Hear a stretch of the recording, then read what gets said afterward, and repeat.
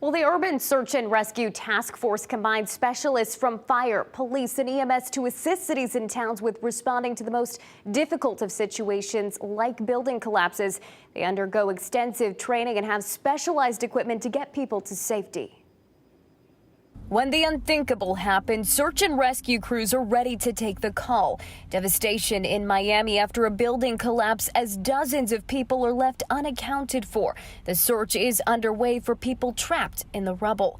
Out here in Connecticut, the Urban Search and Rescue Task Force is prepared to get called into action if the unthinkable were to happen in Connecticut. Police, fire, EMS personnel that take time out of their busy schedules to learn specialty skills so that they can be ready and on the move as soon as one of the incident commanders says, we need help, we need additional resources. The team is comprised of career and volunteer emergency responders, along with engineers and contractors from across the state.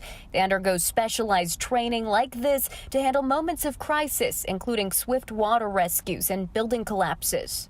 They have capabilities to shore up areas of collapsed buildings, and so that they can further investigate and assess the potential for victims in those locations. Sound equipment, if we needed to do a search in the middle of the night goggles, things like that, that we can use to locate people in situations like Miami. Robert Kenny with the Division of Emergency Management and Homeland Security is one of 5 regional coordinators that helps connect local cities and towns with extra resources during emergency situations. We've had a building collapse here in Connecticut back many years ago in the 1980s, the L'Ambiance building collapse in Bridgeport.